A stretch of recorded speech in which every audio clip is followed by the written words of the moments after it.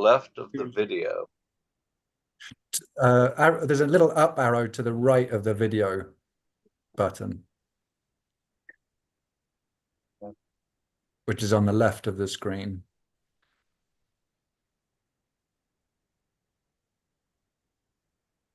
Have it. I don't see it. See, I've got something on my Yeah. picture. Sometimes it doesn't do it too, I've noticed. The titles.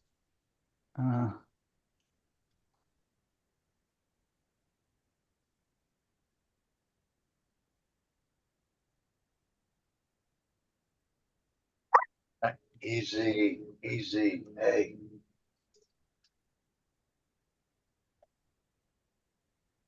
I can't find it. Left of my videos on my video screen is just my name. I don't have a arrow. I have a mute, and then I've got 3 buttons. And if I click on those. So I meant on the whole of the Zoom screen at the bottom left, there should be, well, at the very bottom, you should have like participants, chat, react, share, AI companion apps, and more, and so on, all of the different buttons. But, You so know I what got, mean, is Rob? it on the participants? Well, at the very bottom, you should have like.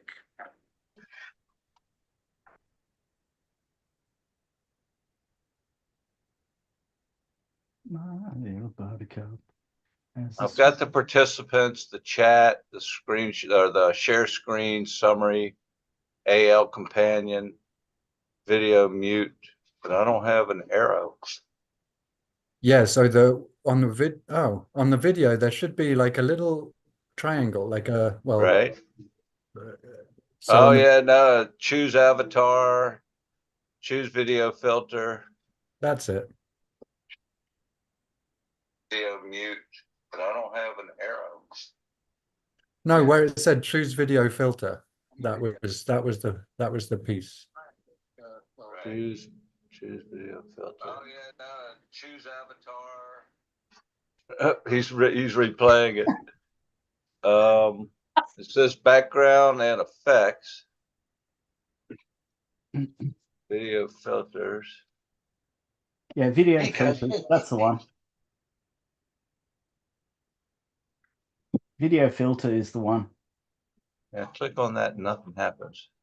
Oh. It says none. None. Oh, but like, is there no other option beside it? So I got screen share, audio, video, general. Yep. Then I've got background and effects, recording statistics, keyboard shortcuts. I see what general says. And I'll just go through them. Oh, hey, I can share this actually. Let's do that. I'll go back out. Do you see that, Rob? I see you and me. Yeah. It looks like something that it doesn't look like real time. It looks like that something that was recorded. Yeah. Okay, but what about when I click on this?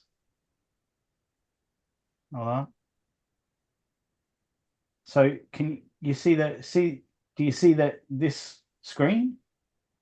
I see. There is a screen, empty screen there. Yep.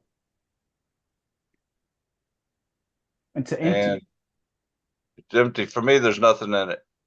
Oh, really? Same for me. Okay. Yeah. No. Now Phil's got background. Yep. Oh, it's just I turned off my video because my internet, like you guys are coming through sort of really choppy for me, and it's just because I have a really unstable internet here where I am. So Okay. it seems a bit better now that I don't have video.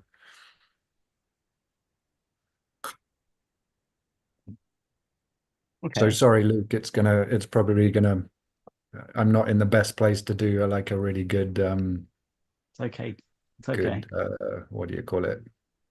Run, Okay. pre-run of this. Oh, Rob's got some faded going. It's okay, Phil. I'm not concerned at all. So don't worry.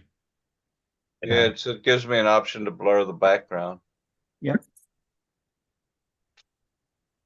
So Anyway, on my screen, I see the three. I see the three, like three options, and then I know that when I use the tablet, it doesn't give me all the options. I can't change the avatar. I can't do anything like that. Right. It's really limited. I can't even live stream from the tablet Hmm. for some reason. Right.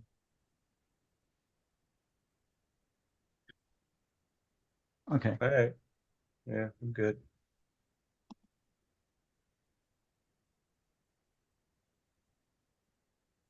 Okay, but hey, I'm just going to leave it now. Can everyone hear me okay? I Yeah. can. Yeah, good. It's okay. And if I find those, if I find that, I'm gonna take a look anyway. I'll send you whatever it is, and we'll, I don't know, it might be something funny to do, but let's see. I did take a look, and there is a way of adding new video filters to the Zoom Yeah, thing, yeah. and but I haven't found a sombrero yet. No, I found one, but it wasn't that good. And then I'm thinking as well that if because with the Zoom I can't do the intro thing, it seems. I can share the screen beforehand and have it running like as a playing in the background kind of thing. But it's like what I'd have to do is probably edit it. So I would instead of having it as a loop, I would like copy paste it many times together, for five Hmm. minutes or something, so that it could keep playing. Because on the other streaming things, you can upload videos and texts and like banners and things like that. It's all already there. You just type in the words or you upload the video and put it in a certain thing. With the one I did today, I've got the duck. I've got this like the logo because I don't know if you don't see it, but I did see it. so it's the duck. It's the quack. That's the brand. I'm going as the quack, and I've got this picture of a duck, and I make it say quack at the start, and that's how I'm starting the other ones. But Right. but it's easier with that because you can add it really easy, and you can keep that looping, and I just need to find the right thing Mm. because I want to be able to like record these as well, and then be able to take little bits of it and use that as promo stuff to get people to watch. It's like little reels and things. Mm. We had this like moments of clarity, or I don't know, something like that. But different Yeah, things. good idea. Because it Yeah, yeah, rather than having like a whole hour of a session to watch, there are some in these sorts of sessions where there, like you say, there's just this really nice period of clarity and yeah, yeah, perfect to record and edit, or yeah, to edit somehow the whole thing.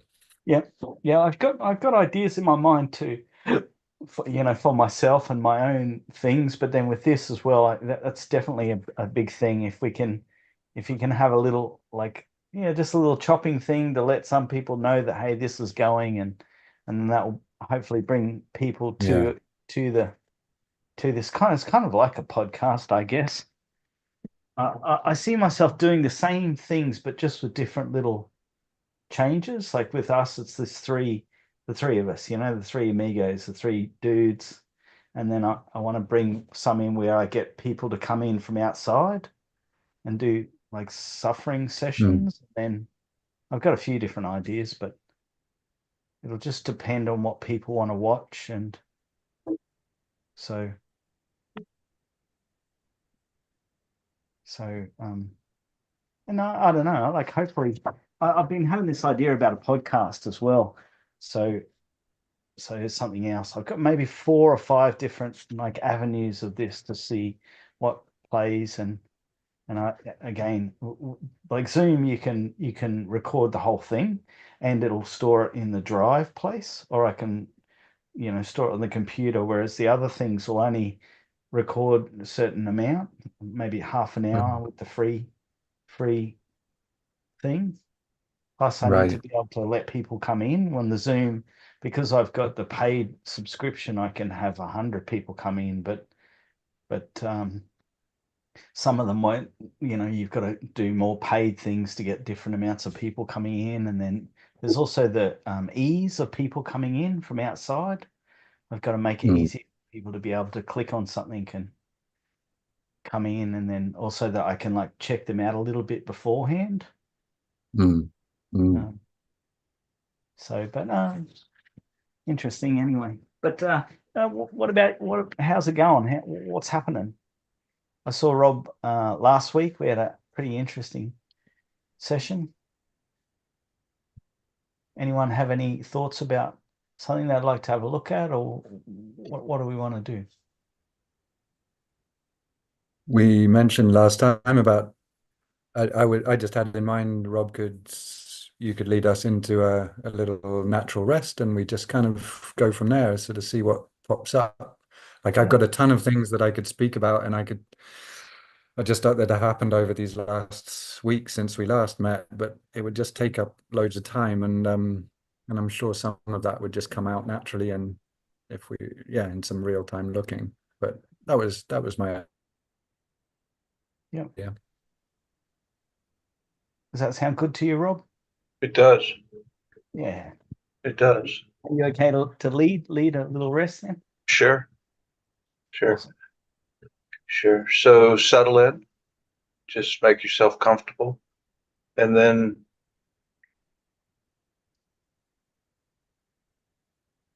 feel yourself being supported in whatever position that you're in. Just kind of relax into that support for a moment.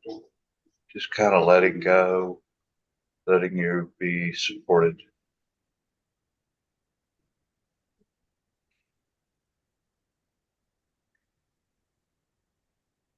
Just kind of breathe into that support, allowing your breath to move in deeply, then release.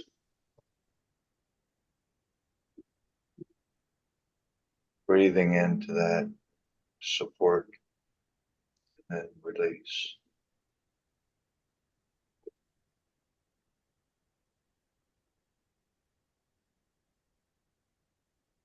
See if you notice any tension just leaving, just from allowing yourself to rest into the support.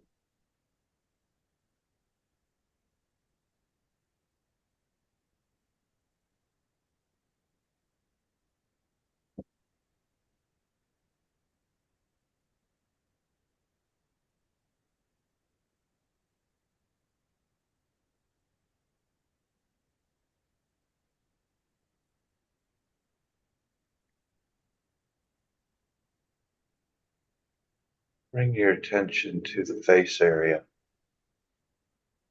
the head,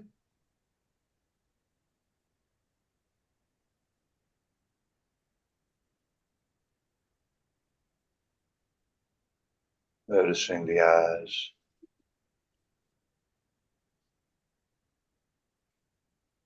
the ears,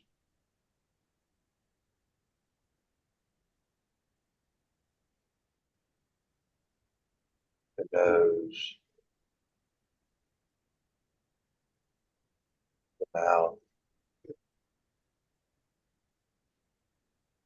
the back of the head.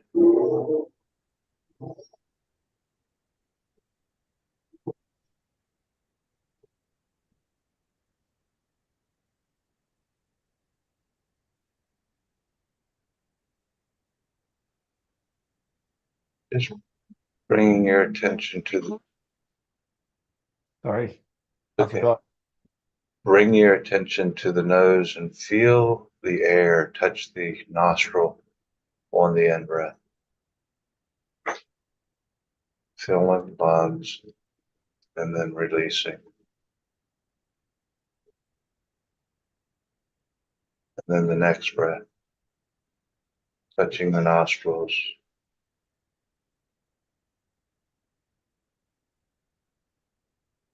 Then just being curious, does it feel like it's a deep breath or a shallow breath? Not judging, just curious.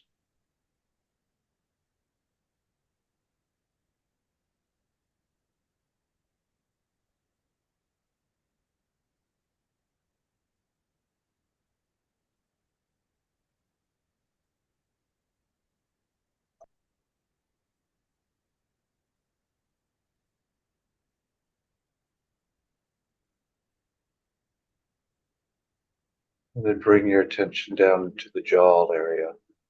This is an area where we always hold a little tension. Just see if you can get in touch with that. What's in the jaw area? Is there any tightness?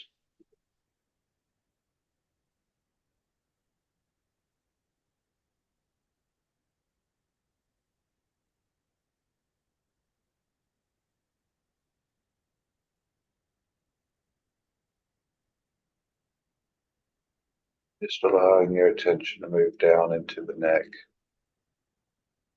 Just noticing that attention knows where to go when the word is said. It just moves there automatically.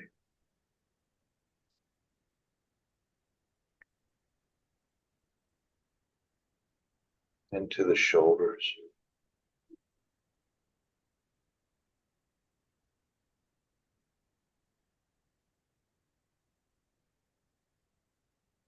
You might take note that during this process, a thought may arise while your attention is moving through the body, that you're aware that a thought may arise or a sound may come and go. Just allowing it to be open.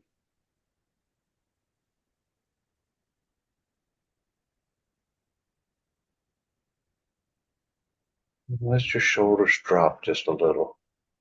Just letting go in the shoulder area and see if you can feel that just release a little.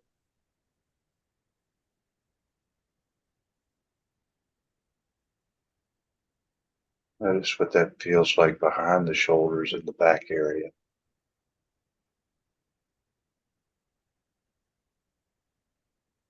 Along the spine.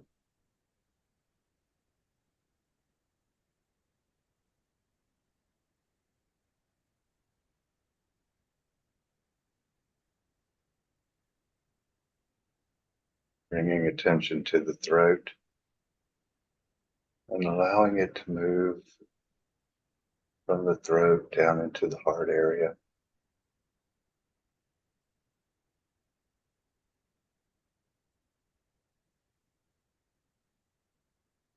Attention may notice being aware that the chest is still receiving breath and releasing, but that has never stopped. Still that movement of breathing going in and out of the body.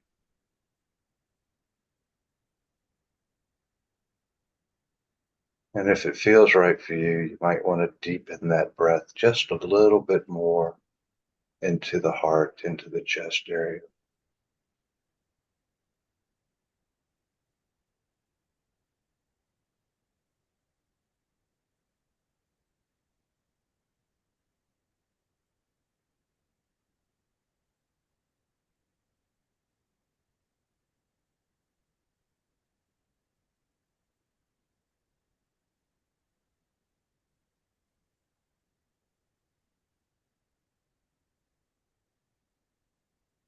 And just noticing arms,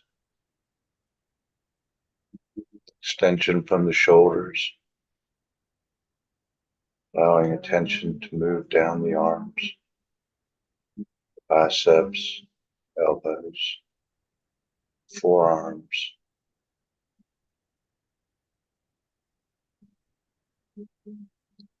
Hands usually have a lot of sensation. Just noticing sensation in the hands. Are the hands completely opened? Are they cupped a little bit? Just noticing, just being curious.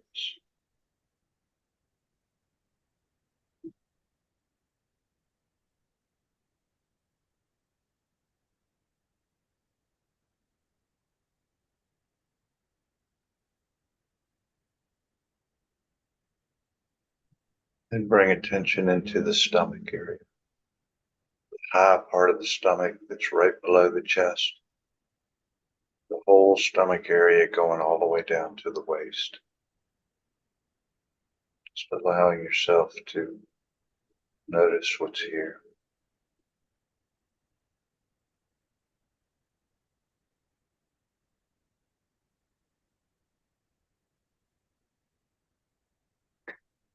Sometimes when we have our attention in the stomach area, the lower part of the chest, we'll see images or get words.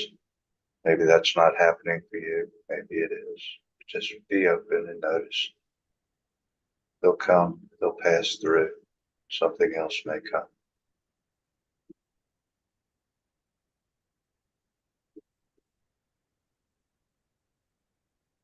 Drop down into the lower back and the hip area, where the spine seems to end right with the buttocks,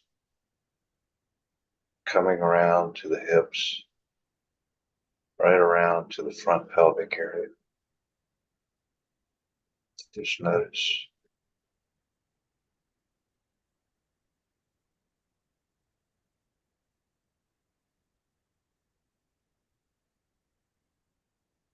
Notice that there's going to be a little pressure on the buttocks area. If you're sitting, if you're laying back, you'll feel more pressure on the back part. But you still have some pressure on the buttocks area.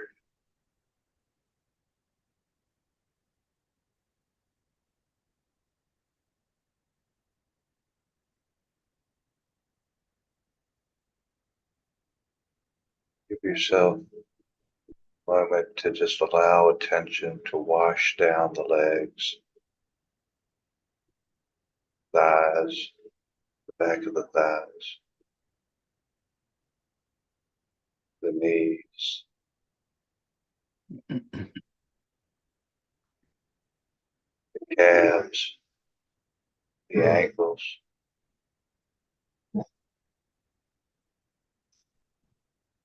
down into the feet, and noticing toes.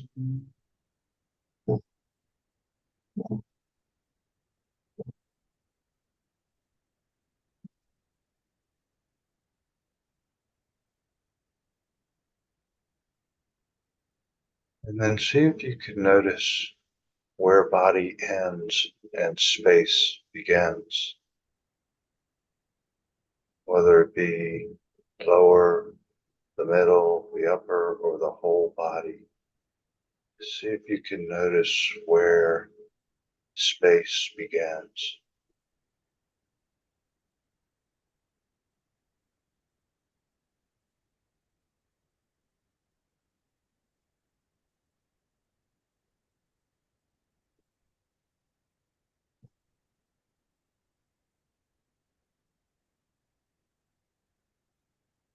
Notice whether it's space in front of you or behind you, all around you, just whatever it is that you're noticing.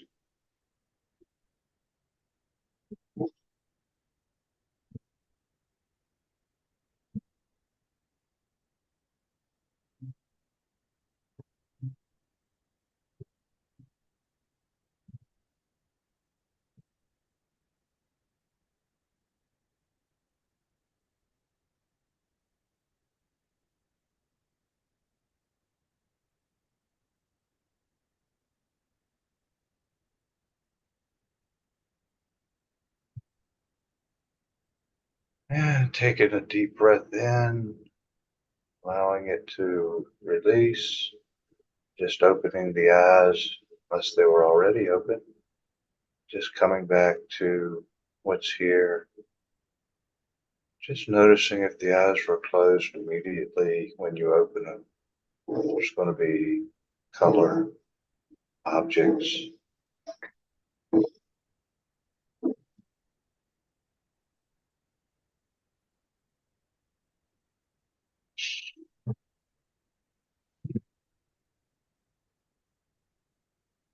And if y'all want to do a check-in, Phil, you said you had some stuff, or Luke, or Floor is open.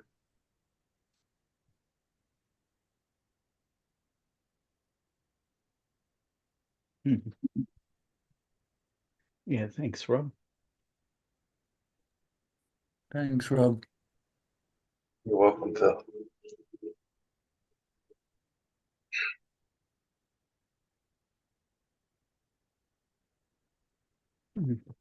Yeah, I don't actually have that much today. I've been recognized that I've pretty much been here most of the day, sitting, looking at this computer, and I've been watching some different things to sort of inspire me with the coming things, and so a lot of it has been about like how I'm feeling in the moment, and so I feel like I've been like quite aware of everything because it's come and gone, different things on that I've been watching and different thoughts, and so I don't actually have a lot that's here. I guess the only thing really that came into my mind was kind of at the end, and that was just in regards to this being live, having people watch this, even though I don't think anyone is actually watching it except for us, and and just having the thought to maybe explore that. There was any thoughts or feelings about that amongst us? Um, but that's about it for me, actually. I noticed when you mentioned that there's this subtle and sudden I don't know if it's a contraction, but there's a sort of a retreat, I guess I would call it energetically, like a sudden remembering of or better guard what I say, or I can't be totally free. Because with different relaxation and yeah, anyway, I noticed that. Um, I also noticed at the beginning of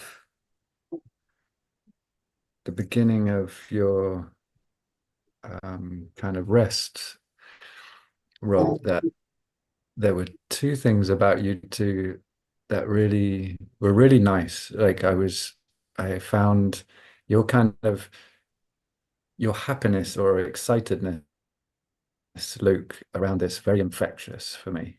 Like when when you're smiling and you're kind of talking about something that you feel passionate about, it feels like it penetrates me, and I really like that. And and then Rob, your voice going into the rest was like it was just really soothing, really helpful for me to kind of to drop in. Um, the other things I could say, like I just this, I flew here so I must have left on Monday and I arrived on Tuesday. Um, and the lead up to the flight was like lots of endings. Just, yeah, it just felt like kind of bookmarks to at the end of a cycle. And so I'd been in a 5 month long sort of men's group called Men of Depth and Soul, and we were looking a lot at grief with this guy called Francis Weller, and I don't know, that finished just a couple of days before I flew here. Um, I spent a weekend at this B&B called Seido-en, which is this kind of Japanese style guest house in the middle of a forest on one of the islands with my partner, and it was the same place that I actually landed at. And it was like that's where I spent my first 3 nights when I came to Canada. So going there again was really, it threw up a lot of different emotions, and it was just really interesting. Um, so it feels, yeah, there's been a lot about kind of the end of an old cycle and the beginning of a new one, and and sort of changes in the way I'm um, or invitations to change the way I'm walking in the world, I guess. Um, so quite often I had this guy um, send a message that was, it took me off guard a little bit. It was about another meeting, and he mentioned that I said to him that I might not be able to meet this month because we meet once a month, the three of us, and um, and he said he'd prefer us all to meet together, and if we can't manage to do that better than we have done in the last 2 months, then maybe this doesn't have enough juice to continue. And I noticed straight away this again a little bit of a retreat and a sort of defensiveness pop up, and then a taking on of other people's problems, which I don't need to do. And as I paused with that, I noticed that sort of the emotional wave move through lots of different thoughts and feelings about it. And then I suddenly recognized, like, oh yeah, this was an old pattern. I don't need to repeat it. So I don't need to kind of get defensive. I don't need to take on the projection. I don't need to project on something, a story onto him that might not be true. And it was kind of nice to see that, and nice to be able to say an internal no, like a boundary. And it wasn't kind of an aggressive one towards this guy or anything else. It was just like, no, I don't need to do that again. And that, so my response to him was more one of questions, like asking him kind of what do you expect of these meetings, and just telling him my situation at the moment. So yeah, that felt good. And the last thing, the last couple of nights have been okay. I've slept really well, but before that, I was waking at around 2 o'clock every morning, and kind of bursting into tears. There was just a lot of sadness in me, and a lot of fear as well. And I find that I kind of feel quite lonely at sometimes when I wake up at those times in the morning, and my mind is undefended, and so it's like a perfect time for fear to move in. And I noticed a lot of my fear is um, about ill health and death, and maybe not living well, not living well enough or something. Um, so it was kind of pretty dark. And when you invited us to open our eyes, like I'm looking about and it's really bright. Like there's a lot of sun here in Portugal, and it shines off these white, or there's a house just outside the window here, which is kind of bright yellow, and the sun it just felt, yeah, there's a lot of light around here. So I've just been looking at that light and dark recently, and yeah,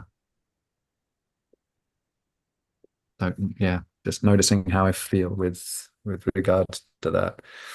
Um, yeah, I think that's enough from me.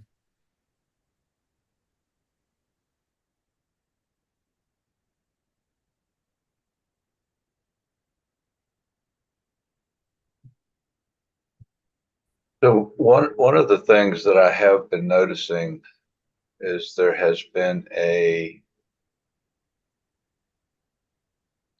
kind of an asking.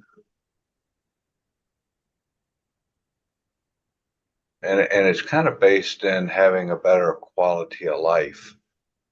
Can see where it kind of originated from, but the asking is, am I willing to um,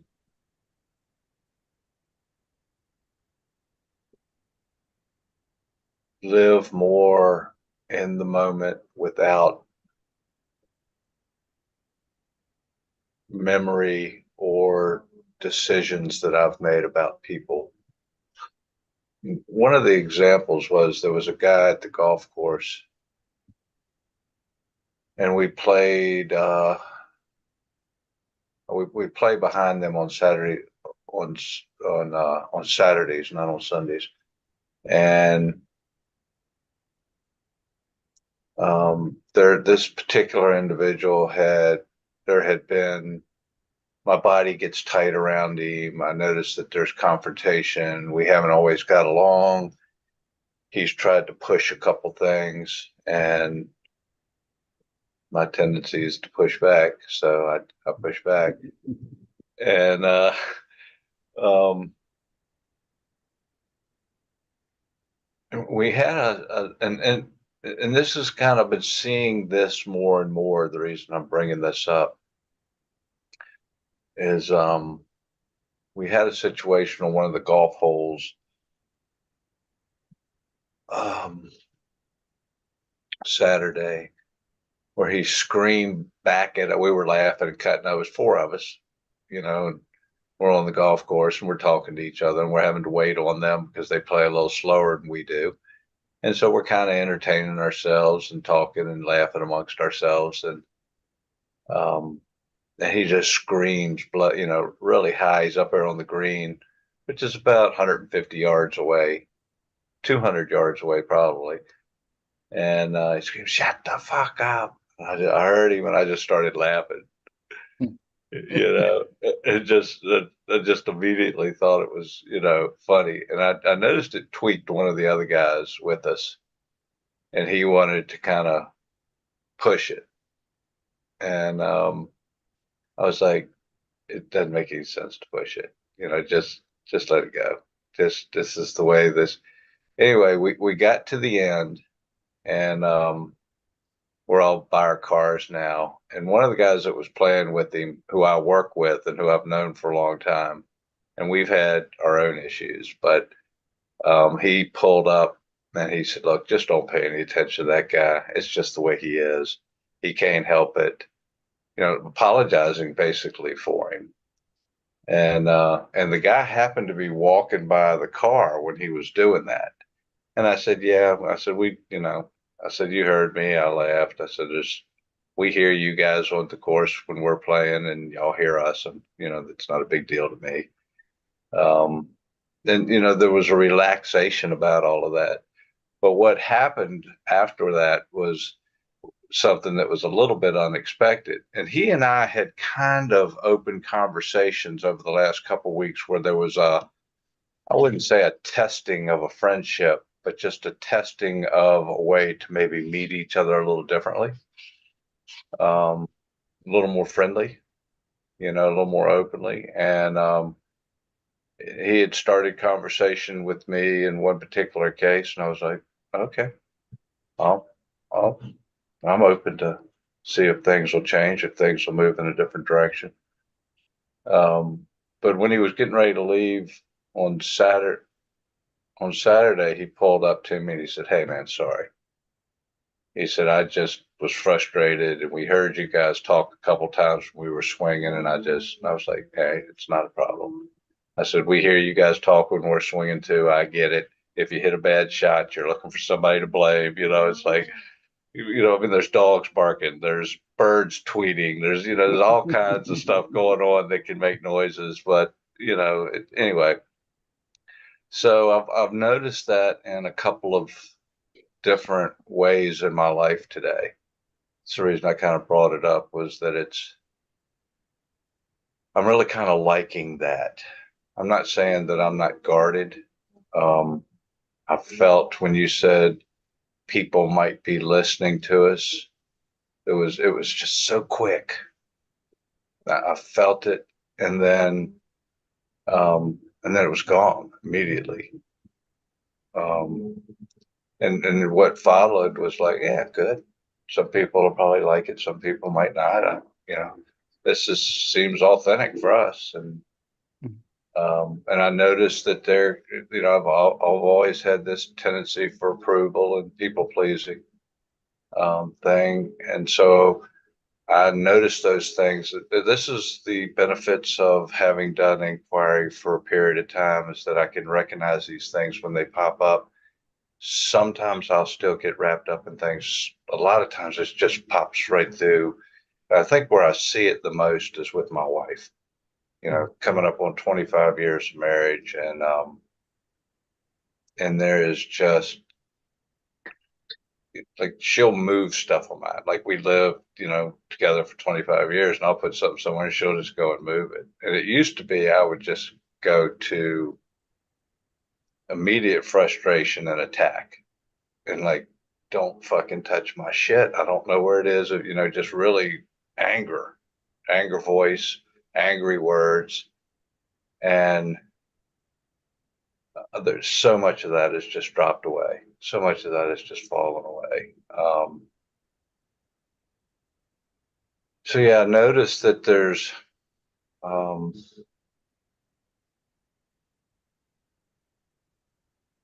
slow. I don't know. It's because I'm getting older, because we keep meeting. It might be a combination of the two. I also saw something. I get emails from Tara Brock. I was on her email list. I don't know if y'all know who she is. She's a Buddhist teacher here in the States. She lives actually in Maryland. She's also does a lot of teachings with Jack Cornfield. And I didn't listen to the video that she put out, but I did read like a couple lines and it said something to what has come to her. She's a therapist, a lot of, and she says in the last 3 years, what has really streamed through her door more than anything else and that she's dealt with has been trauma from people. That it's just more people have just really opened this trauma conversation and started talking about it. And that the one thing, she's been doing this type of work for many, many years. And the one thing that she's noticed with the people that she's worked with trauma is the ability for it to become softened, much more life enjoyment, but that it doesn't appear to just completely leave the body. And that's kind of been my experience with it. So it was like, the reason I'm saying that is because it kind of still meets with this, what seems to be happening now with friendships, and going on a golf trip next Thursday with 3 or 4 other guys. And with these types of things happening, is that there are still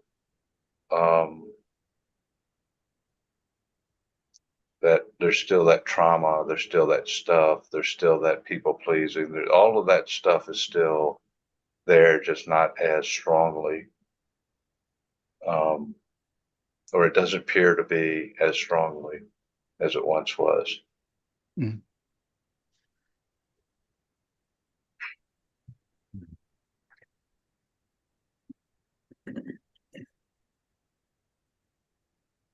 And one of the questions I ask myself is like, what's happening now? Mm. Like, what's coming up, like, for me, not what are they doing to me, but like, what's coming up for me. That's one of the things that seems to kind of initiate itself on its own these days. It's kind of just like being introspected and curious about, okay, so what's reacting to this situation? Mm.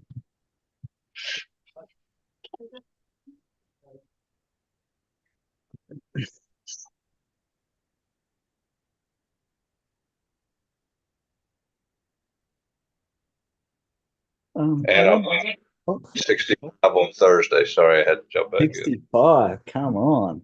65 on Thursday. Was that the day that you had this thing happen? Oh, that was a Saturday.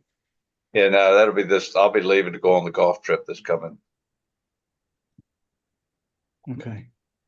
Thursday. Just had to throw that in for some reason. 65. Hey, congratulations. Yeah, that's what I told myself the other day. I was like, well, I never thought I'd make it this long. So 65 is it's very low. Mm. Okay, so I mean, I echo what you're saying. It's like the way it comes for me is it's a there's a capacity to like just be more aware, rather than getting taken along with the story. And it just came in for me a little bit then too that there's something about the surprise of being triggered. Like this woman I was with today, she's got misophonia. So she said something so interesting too. She said that because she has it with a particular person, which is interesting, and she has it in a particular way. And she said that when she's engaged with the person like this, it doesn't happen for her, but when she's sort of turned around and not focused on the person and she hears the sound, then that's the thing that sort of kicks her, which I find is quite interesting. But like in terms of what you both were saying, the thing that stood out for me, Phil, with you was where like this ending, the ending and starting of things, and it made me turn inside and go, "Hey, where am I at the moment? What am I in the middle of something? Am I at the start of something? Am I at the end of something?" And that came with quite an interesting sensation in the belly, like a little bit of lostness because I sort of recognize that, I can't really say that I'm starting anything or that I'm ending anything. And so that came with a bit of a lost feeling. Um,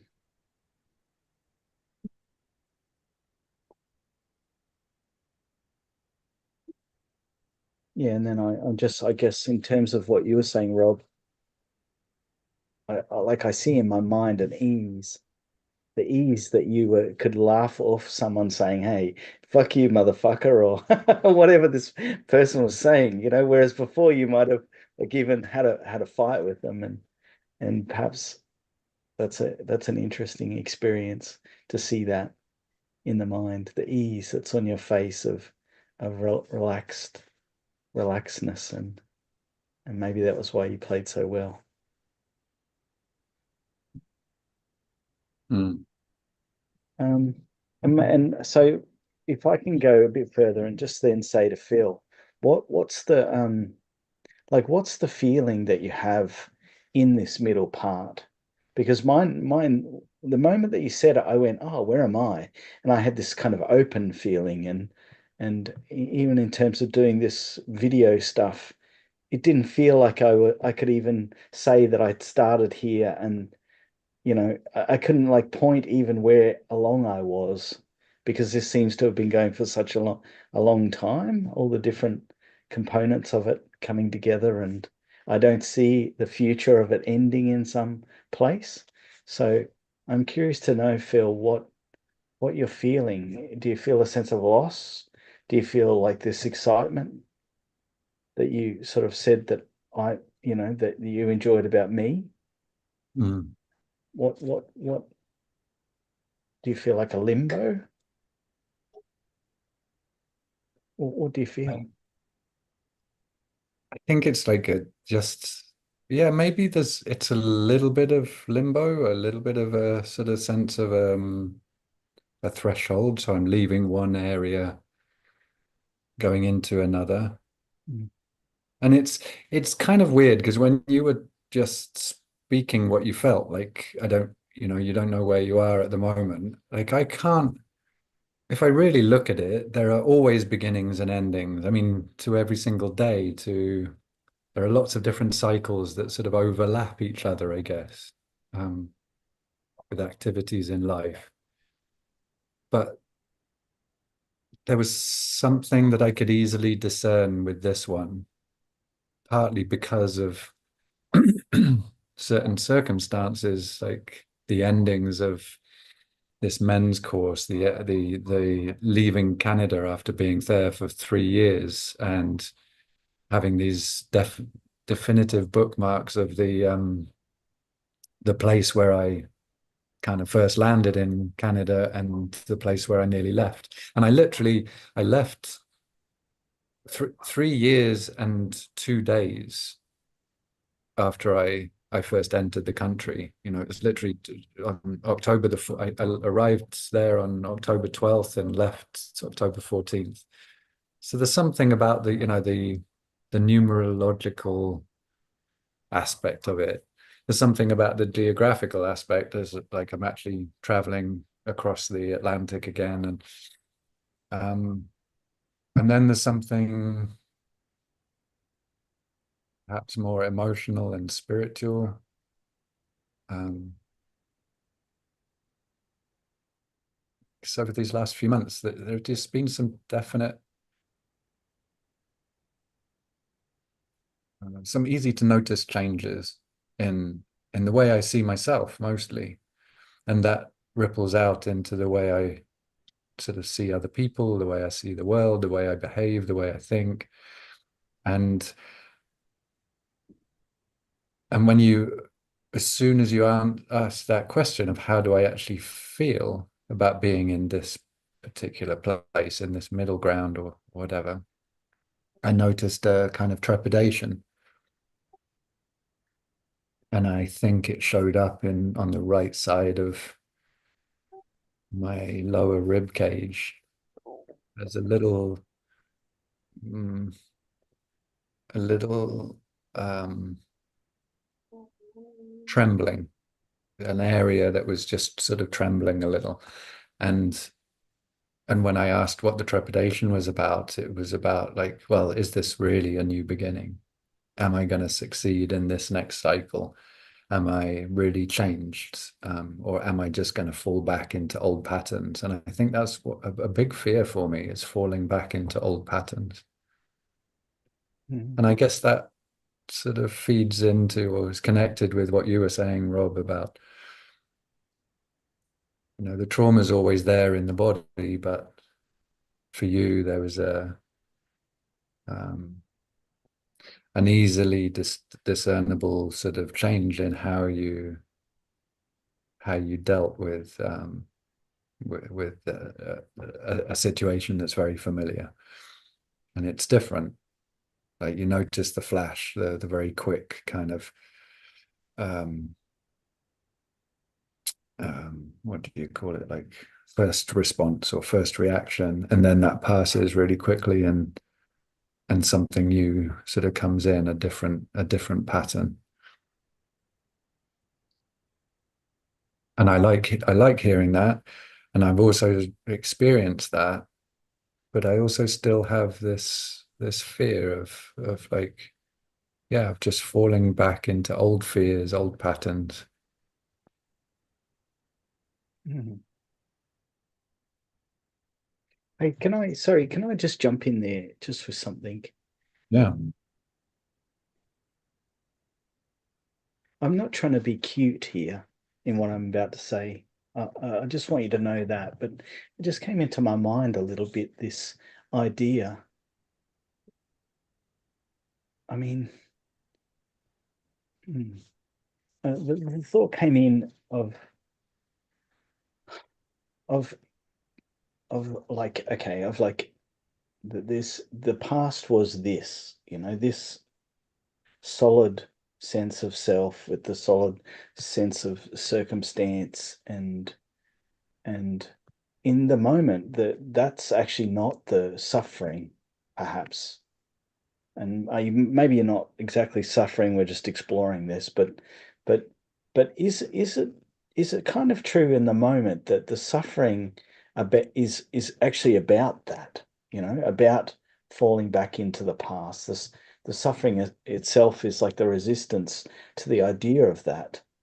And then I wonder as well, is there a place where we can be that thing that we're struggling to get away from? Is there a place that we can be that and not suffer? You know, so if I was to take it as myself, I I don't have know. an answer. Does that make sense? Yes. Does that? And it was answered for me before you even asked the question when Rob mentioned Tara Brock, and it was as soon as you said, Rob, that there was something in her newsletter or whatever or video that said like, well, the trauma is kind of always there in the body. It never really goes. It just something softens around it. And when you said that, I just felt my body relax. And it always does in similar circumstances. So when there's a field of acceptance around me, and that field could be created by myself or a natural environment quite often. So when I'm amongst mountains or forests or whatever, or by other people. And I mean, in a way, it was there in you, Luke, when you were just kind of inviting this contemplation in, and asking that question, like, is there a place where the suffering doesn't have to be, well, we don't actually have to suffer, but the thing that we usually suffer is still there. And I just think it's that. It's like it's an attitude towards the thing itself. So what Rob, you were saying about the Tara Brach had said, it just helped me relax, because like, if trauma is always going to be there, why do I have to worry about it? I don't need to fix it. I don't need to try and get rid of it. I don't need to change it in any way. I just need to be able to face it in a different way from what I used to do in the past. And I honestly didn't feel any sense of suffering over what I was describing as sort of this trepidation or this fear of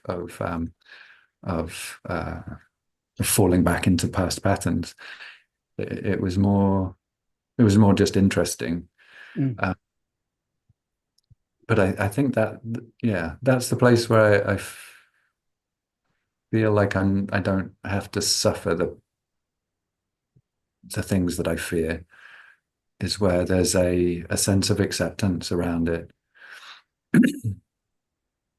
One of the things that you're saying, this is what has come up for me. It's almost like part of being in kind of a new place. And it's not really talked about in inquiry.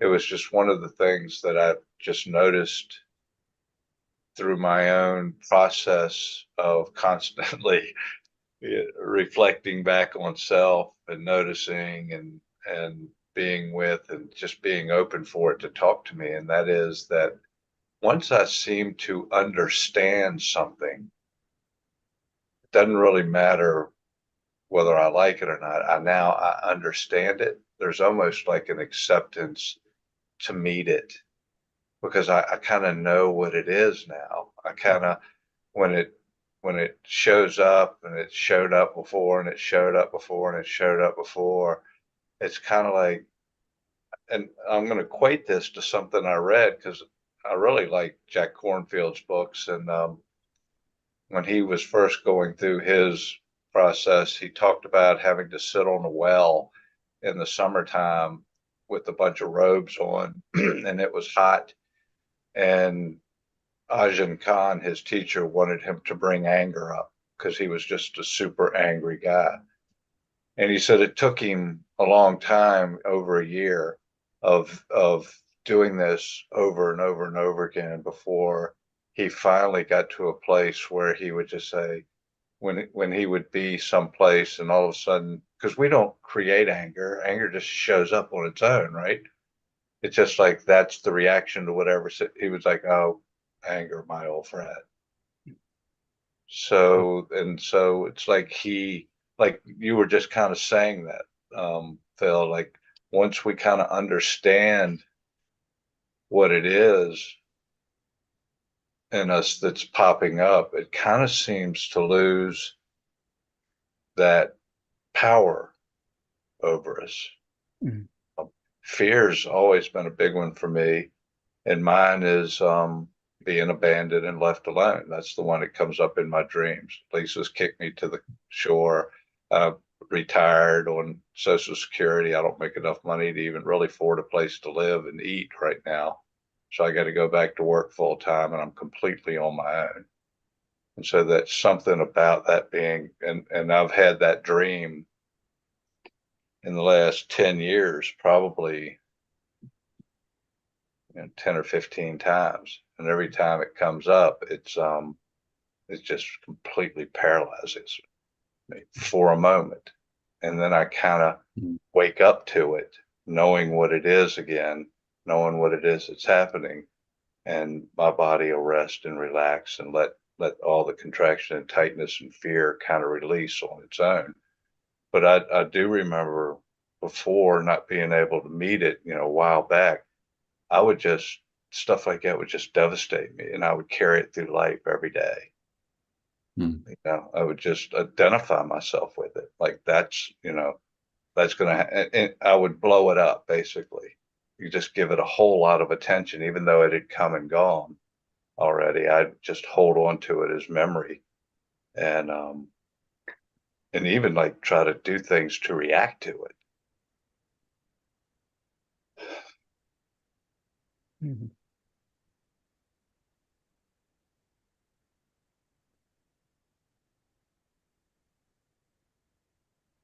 I am curious about something though, if you don't mind me asking. If you don't want to go here, then just don't. I'm curious about what it is, like you're going to repeat the past, is what you said. You're afraid you're going to fall back into old patterns that you said, and that seemed to have a lot of weight when you said it. You were giving this, whatever it is that of course, I would not know because I don't know what your patterns are, but whatever it is that you've defined as your patterns is just absolutely unwanted. It has a lot of fear that you might not be able to break free of that, or that you'll fall back into that. Have you looked into that yourself to see what's there, to see what it is that's um, so uncomfortable? No, I haven't, but like as you ask it now, um, I'm seeing I'm feeling a sense of a past self that was just full of self-loathing. Like I just really didn't like who I was. There was nothing I could find that was of value. And I think that's a huge part of that weight.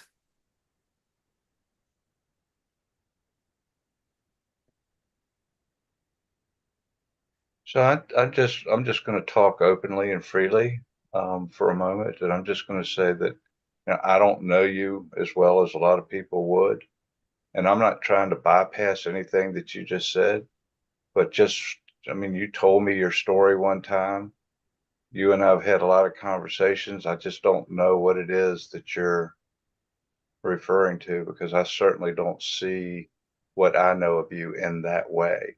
So I'm wondering how you've identified yourself through thought in a way that um, that gives that so much power in your life.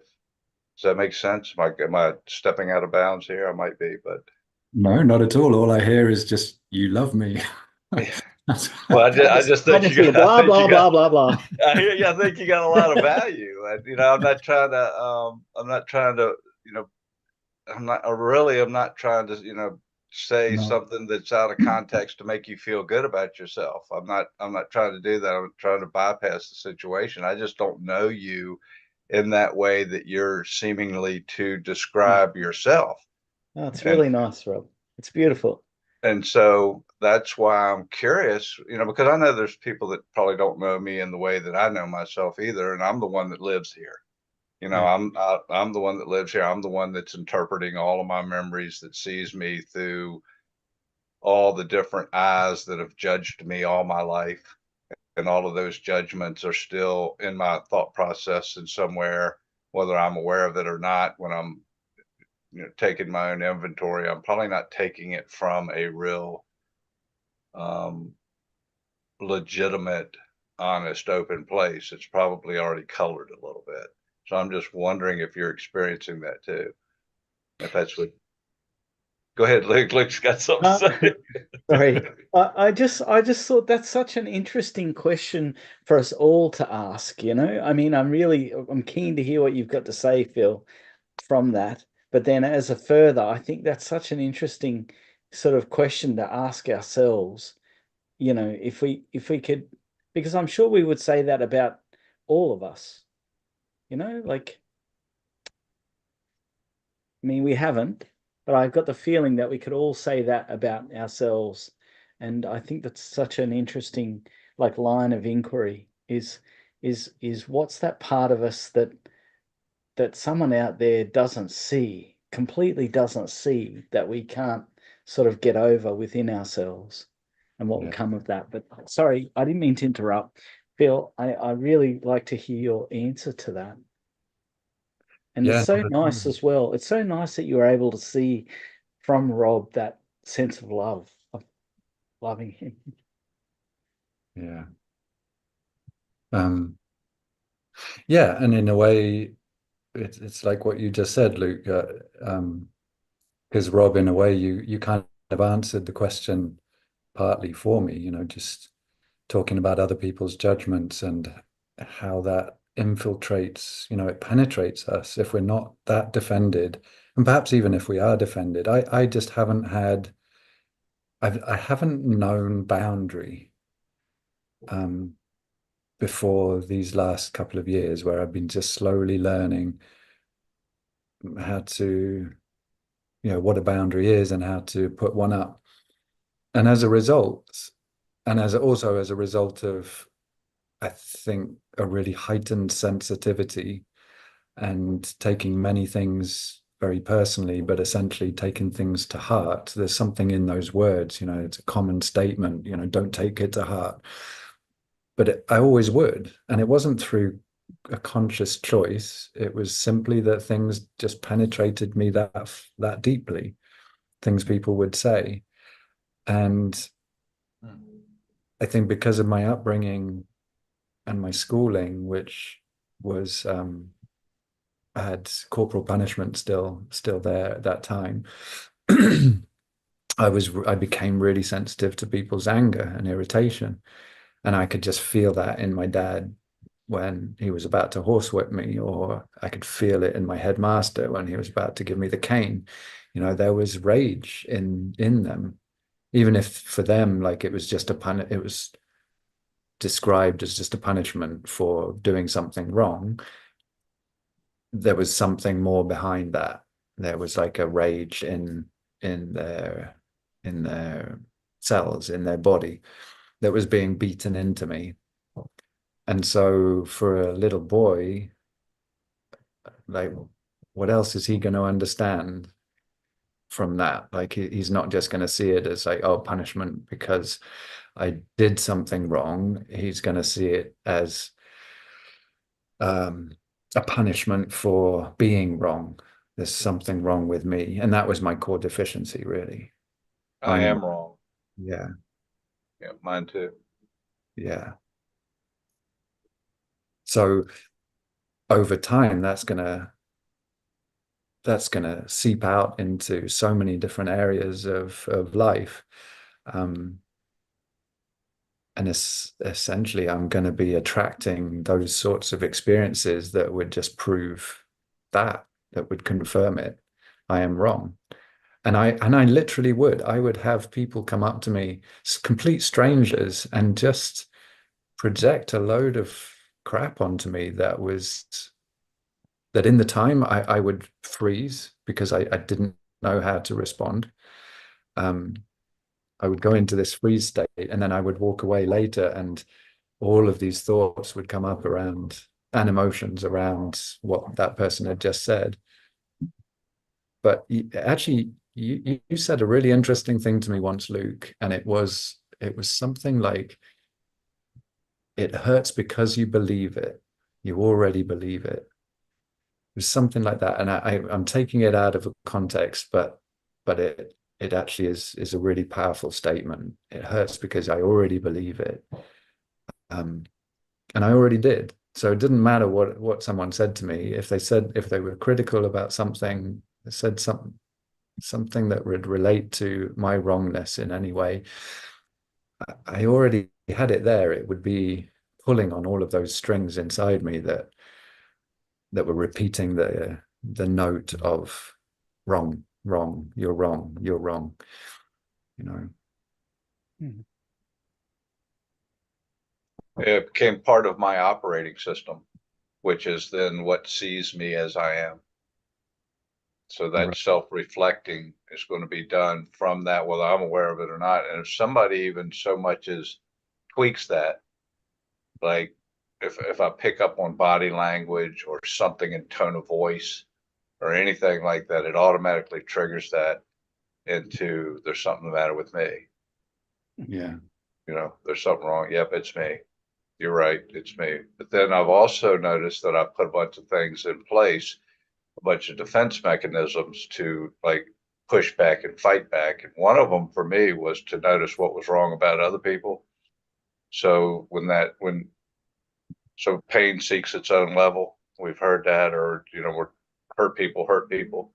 So Mm. when I perceive that somebody is, and this, if I'm conscious, like I was talking about earlier, where I can pick it up when it first arises and just let it pass through, I can meet the situation differently today.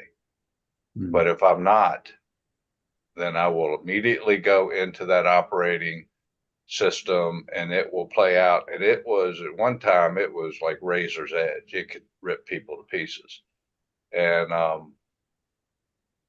do some real good, whatever. It's life or death at that point. Hey, it's like that. It's like that. You know, that saying about the animal, that there's five types of animal situations that you have to be careful of.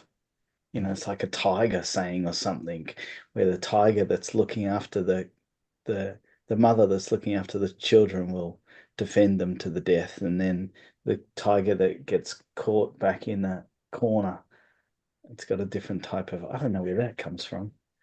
That's You know, we have all of that. I mean, we are animal. We have that instinctive stuff, yeah. you know. And then what Phil's saying is that what I know, I'll just speak for myself. I use that on me. Um, AA used to say, if you had done to me what I had done to me, I would have had to have killed you. There would have been no choice whatsoever. I would have. So, but the Sorry, can you things, say that again? yeah, if you had done to me Yeah. what I have actually done to me in my lifetime, I would have had to have killed you. Oh, that's gold. That's gold. I I'm couldn't gonna have, get a t-shirt made up of that one. yeah, and that because I have done more to myself Mm. than any one person could have ever done to me. And I think, Phil, you're 100% right. I picked it all up as a child, and then it grew, um, and then became reinforced. And then when I first found inquiry was the first time I started to see the operating systems and the mechanisms at play. Yeah.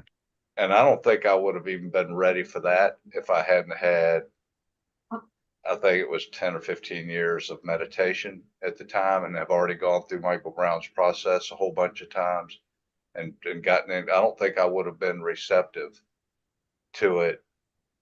It would have been too much for me. It would have been overwhelming. It would have been like standing in the fire to try to get rid of the fire. It wouldn't, but because I was in a place where I could step into it slowly and easily, um, and you guys and others were there to help support me to go through it, and still am going through it. It's and that's why I find this work. I've never found any finality in the way that Scott or Dan or any of them, Julianne, anybody talks. I've never experienced that where something has never, but what I have experienced is this very slow process of seeing what's in my system in a way that I can um, see it over and over and over and over again till I can really be with it. And the thing I think it's done the most for me was it gave me a voice. It gave me the ability to speak up, to say to the superintendent when he was mistreating me and say, "Hey, this is inappropriate." Whereas before I just would have walked away and been left with all the pain that was going on inside of me, and just to have to try to do, and that would have manifested itself of months of inner conversations with a guy who's not even in the room with me. Yeah, I recognize that. What about you, Luke? What comes up for you in all of this? Like a lot of like insight just came through that entire sequence of things. Um, it came as this idea about original sin. It comes from that the sort of the thing that you said that I'd said to you about it already being there, and it came into my mind that um, how does this tie into this idea of original sin with the Buddhists and their idea of it being ignorance, and that even the Course in Miracles idea of this entire universe being sort of a way to get away from this idea of us being bad, basically. And then it followed on to this idea of sort of what we were talking about a bit earlier, um, in that the suffering is not the I'm bad identity, or um, I can, and I'm talking about myself here, even though I'm also speaking of you two. This idea of being abandoned, it's more about the resistance, or the not wanting, basically, of that particular identity. And that actually we can find a place, and then actually it went into this, we can find a place where this can end, but not in the way that we would think that things would end, because a lot of the drive to get rid of suffering is so that we never experience fear, right? We never experience the identity, and the whole story of fear and all this stuff that's around it. But it just came to me that, that if I can be okay with the thing that's here, whether it's I'm afraid and I've got this sensation of fear and I've got this mental construct that's happening at the same time, if I can like get closer to that where there's this acceptance, which is what you were saying, Phil, and then this also takes into what you were saying, Rob, about sort of getting closer to it. But if I can find a place where I can accept that and be that completely, then it doesn't have to end in that regard. Then that fear can always come back in, and I'm okay. But then the sort of the suffering can end. Um, we're not like completely trying to get away from these identities and experiences in any way. So it's like both situations happen where there is an end to suffering, there is an end to reactivity and not wanting to be in that experience with someone, limiting life, limiting ourselves, but it doesn't actually end because the fear still arises, and the thing that we thought of as suffering still comes. I don't know. Does that make any sense? It came really quick. This interesting, like bang, bang, bang, bang, bang, sort of insights came into my mind as you guys were talking, and Very much so, makes sense. I don't know if I have to keep any of that, but it just made quite a lot of sense just there. And oh, interesting too. I just feel this like gratitude, actually. I have this thought about you, Phil, and like coming to the end of something, and oh wow, there's a beautifulness, even though it's a loss and there's a grief, there's a beautifulness in that grief and in that loss. And I'm echoed your words too, Phil, because I think when we first started to meet, I was a little bit more leaning on one side of things, of like, I don't exist and these things don't exist. And maybe there was a bit of dogma that was here with me, and I couldn't appreciate like the depth of your feeling at times, Phil. Mm. So, so it's coming in now that, that you know what, I don't want things to end. I don't want things to not exist. No. No, I can't. I can't verbalize it. But there was a nice like welling of appreciation of like, oh, you know what? It is, even though that there's that grief there, there's a beauty in the grief of things ending. And and maybe because for me at the moment it's a lostness. There's a little bit of this lostness that's a bit not so nice and not so pleasant. And Mm. I feel a bit like I'm resisting, and it's nice to see that resistance has that beauty, and I feel like I've seeing that, and it'll be interesting to bring that same feeling into this sense of lostness, and then maybe the sense of excitement in starting. I think I'm not sure if this is what you're getting at, but I I'm translating it as a difference between spirit and soul. So from a sort of a spirit perspective, then you kind of move into that non-dual way of seeing things. Like, yeah, nothing really exists. And if you really look at things on an atomic level, there is more space than any of the matter. There is kind of a more of a nothingness there than there is a something. Yeah. And um, and then from a soul level, which is so that feels to me like the spirit piece sort of is more of an up and out, like you're kind of expanding your sense of self well beyond the confines of the material body and even the material world and even the all of the matter in the universe. You're kind of becoming the whole thing as it is, and there you kind of realize like, oh, it's all about space. It's all about darkness and nothingness and so on and so forth in some ways. Or rather light. Everything is kind of made of light. And then from the soul perspective, rather than up and out, it's sort of down and in. And you're Mm. going deep into your sort of your roots, which are encased in this earthly matter. And there are often these old myths sort of talking about the body is the clay of the earth, and essentially it is. And every single atom in these physical bodies that that are our vehicle for this life has been something else. It's been an atom inside a plant or an animal or rock of a mountain or whatever. So it's kind of so there's lots more something than nothing in that way.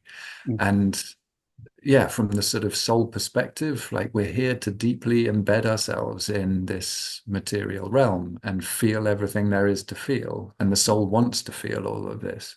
Whereas the spirit kind of it wants up and out. It wants to in a way, oh, and I'm talking from my experience, my own sense of this, Mm. that it wants to get away from any sense of sin and any sense of the darkness and whatever.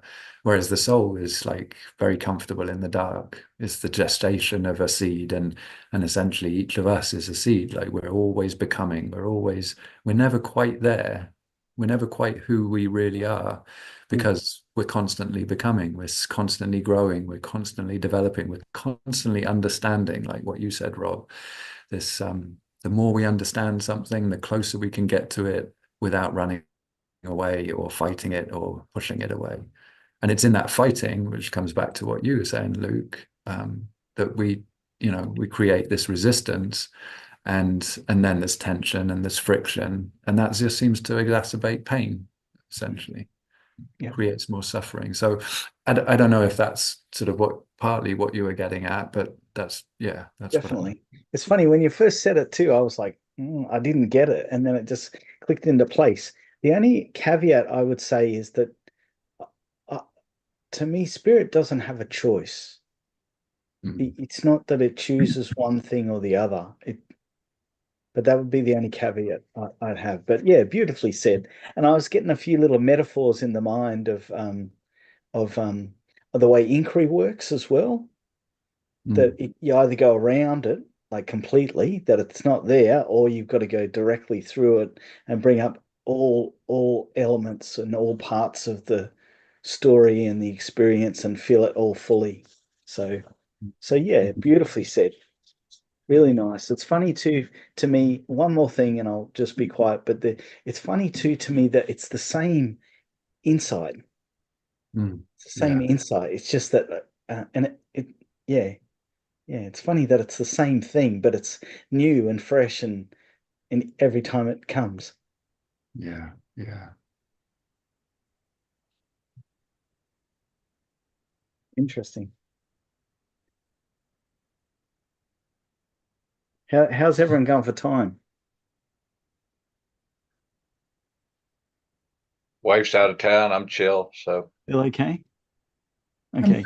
okay. I could do maybe another half hour and then I could do with a break because I have another call that's in a couple of hours from now. Yeah. So if we go till say 25 minutes and that's the half hour point, and I'm expecting my wife to come around the corner at any moment, but she said she was going to go for a run, and we're just in this one little studio at the moment. So there you go. Are you building at the moment? Is No, that no, it's we're staying at a friend's. It's like a mekki. Um, so it's like a summer cabin, and it's just a studio that she bought. She lives in Switzerland, and she bought this so that she could have a place to come when she comes to visit her family. And there's all these little, I don't know how many there are here, maybe 30 little one bedroom things, and it's on the edge of a little place, and that's quite nice. It's quite nice, but there's no, like, this is how they finished it with the that you can paint it or do whatever you want with it. So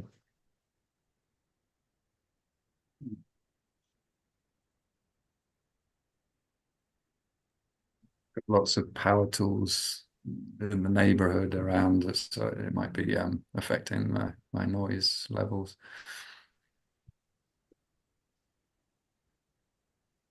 what about you, Rob? What did you think about that whole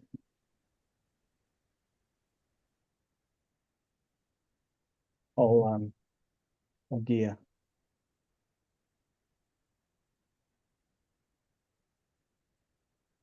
I don't know. Yeah,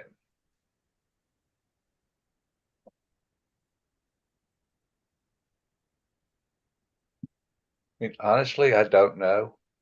Mm, It's kind of where I've landed. Um, because it seems to be the most authentic. Um,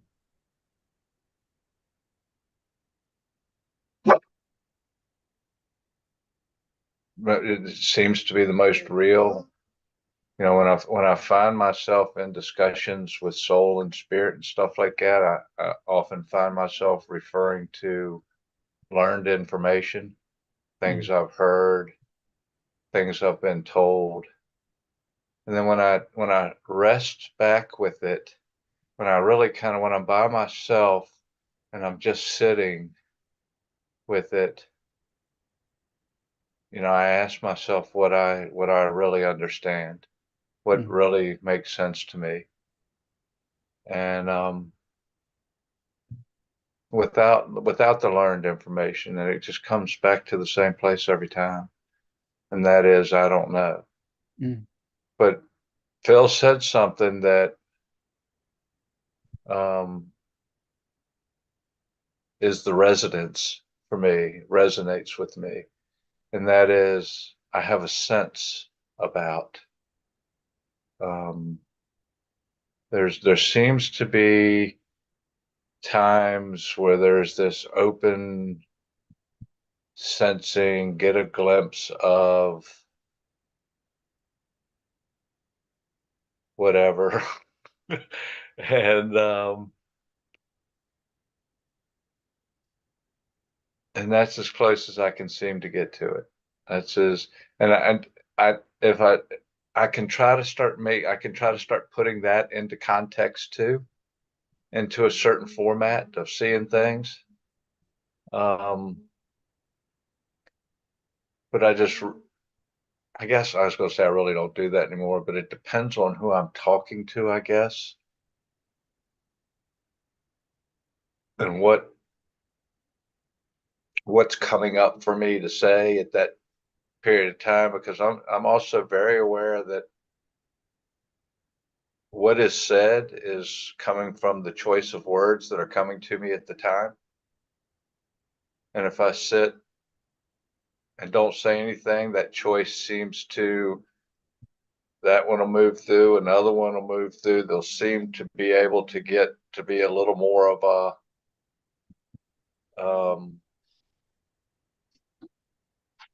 middle of the ground for me.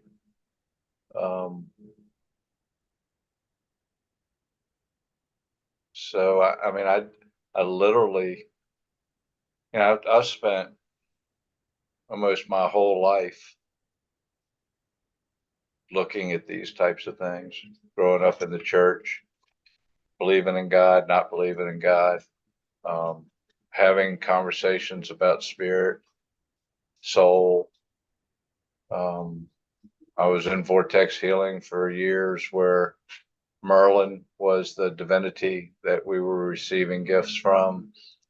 And I never felt like I had a connection. I didn't know what that was, but there definitely seemed to be something to it all.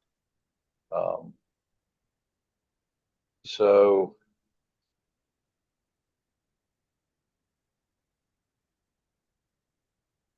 there are certain things that seem to be fairly clear today. And that is that I'm able to see my own conditioning. I'm able to see and often trace back where something originated and came from. Phil said he might drop off the call Yeah. if something happened. So If he comes back, I'll let him in. So that seems to be worthwhile to me. But how that translates into spirit moving up and out and soul going deeper, honestly, I don't know. I mean, if it makes sense to him and he finds value in it in a way to work with it in that way, if he's able to, if Phil's able to translate that in a way that I can see it, then I can appreciate it, right? Because then I can see it for myself. Yeah. But often in conversations like these, and this is one of the things you and I kind of landed on, or at least I did last week, and that was to come back to the question of instead of telling somebody that this is how things are unfolding, or this is how they should be experiencing, or this is what's really happening, but ask the question, what is it that you're experiencing? Because that's what how are you actually experiencing this? Are you able to, I think that this is a huge variant for a lot of people, at least the ones that I've worked with. And the reason that I say that is because I've asked people about feeling and they're just completely dumbfounded. And I'll say, well, where is it in your body? And they don't know. We're not taught to look in that way, are we? We're not taught to look in that way. So we're taught to follow what others say. You're thinking. And it seems that, what I noticed, those that can use words in a really elegant way can put a spell on others. Yeah. They can just cast a spell and mesmerize people with the use of words. And I am one of those that used to I would be mesmerized, and then I would turn around and go and repeat it. And I never had the command for It sounds words. like a brick's coming out your mouth, hey? Yeah. And I never had the ability to use words in such a beautiful way that some people did, but my grandfather certainly did. My dad did. And I would start to follow those things.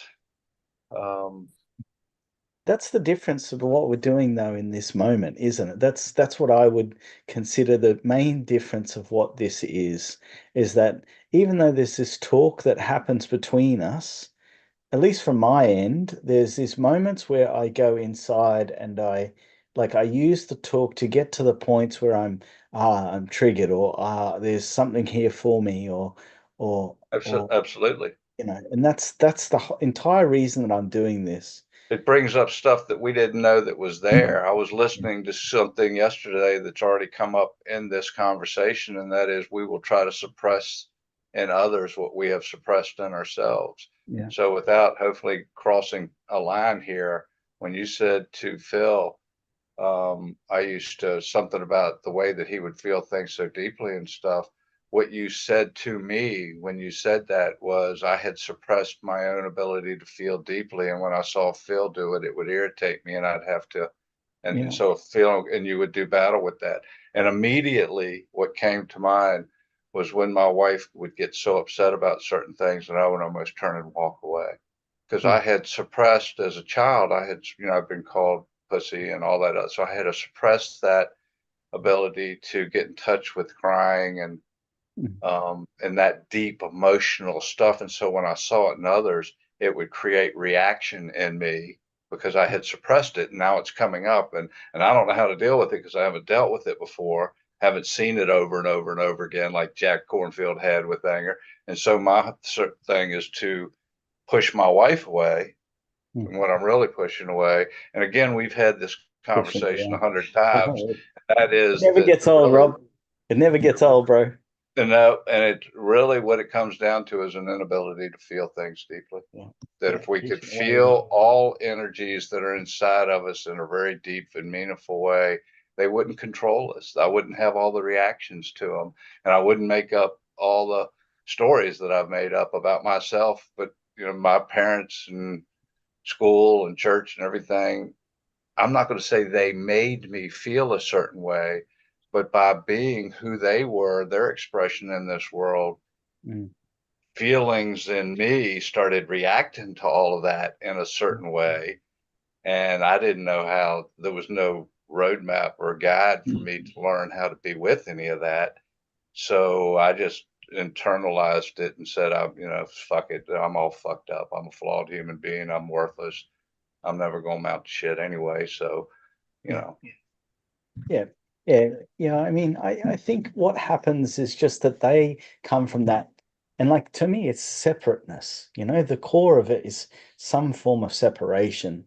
And if you're sort of dealing with people that are separated themselves, then I don't know why, but maybe there's some, I don't know. well, I think I follow it all back to how my dad and mom were conditioned by their parents. Michael Brown said it, the further back we go, the very dark it gets. There Yeah. was a Yeah. lot less awareness. There was people that were just following nothing but systems. And if you didn't fit in that system, you couldn't live. It was tribalism. Yeah. And so to break loose from that meant often being out on your own. They didn't have grocery stores and all that kind of shit back then. So you were pretty much fucked. I mean, you had What are to, you gonna do when you like kill a mammoth by yourself? You're just gonna waste well, it. right. Yeah. So it's, I mean, But and hey, then if you go even further, though, sorry, but if you go even further, this is what do you think about this idea about this entire universe being the, what do you think about going back to this idea of original sin, or in Buddhist, it's this ignorance? The entire I don't, reason this universe honestly, I exists. don't think, I think that's our grasping at trying to make things understand and it meets human conditioning perfectly. Yeah, But I think there's so much I think more there's an also there's so much more that well, I think I don't think we understand time. I don't think we understand, all of the stuff that we can't see, like beyond, right? yeah, We don't know about it. It's completely unknown. And yet, and I said this once before, this came to me a while back, and that is everything we've ever learned came from somewhere. I mean, they didn't know it back years ago. And then all of a sudden they know it now. And then they, so things continue to come through, yeah, from this place of not knowing. And so there's something that's beyond what look at an autistic kid that's 12 years old that can do mathematics at past college level. Yeah. There's something that they're tapping into that we can't see or don't understand. We just know it's different. And so I just don't know. I Yeah. think there's also an aspect of mythology in here, which kind of coming back to that piece we were talking earlier about spirit, the difference between spirit and soul. So spirit is really just kind of trying to get to the ultimate truth, like and the absolute. It's partly looking for that, and so it wants to detach itself from any story that is down here on earth, whereas the soul is really embedded in story. We're all our entire lives are embedded in story, one way or another. And part of inquiry seems to be about to sort of dismantle some of the stories that are not very helpful. But we rarely seem to look in inquiry. I've noticed we rarely seem to look at the good stories and dismantle them.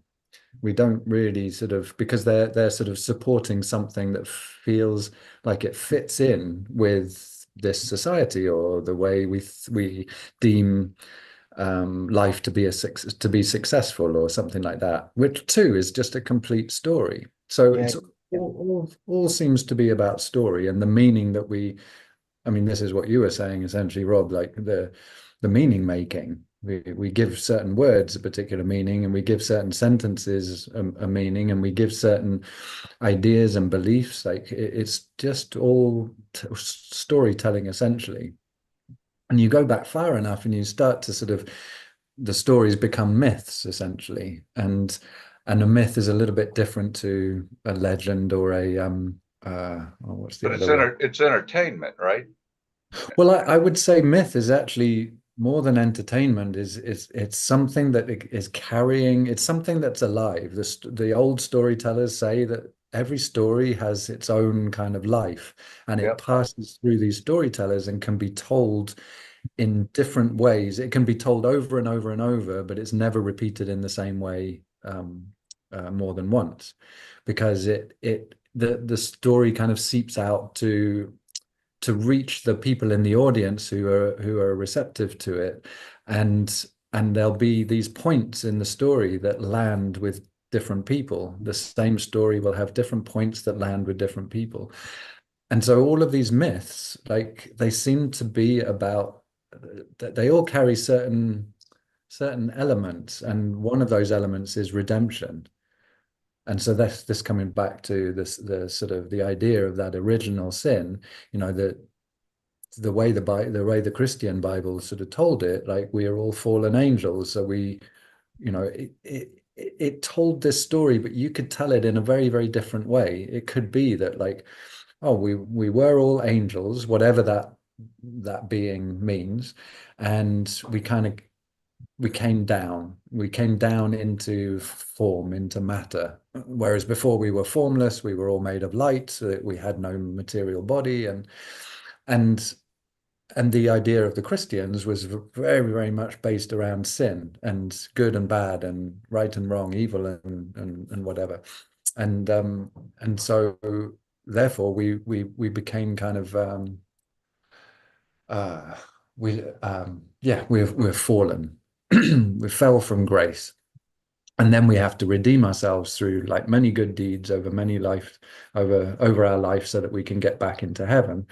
Um, but the essentially the idea is like that we just live out a story according to soul. Like we live out this story, and it's a myth of our own life, and it carries with it like the essentials of a really good story.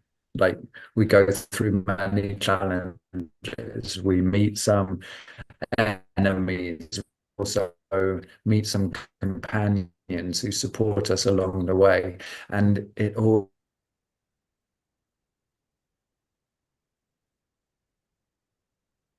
Bill, we lost you.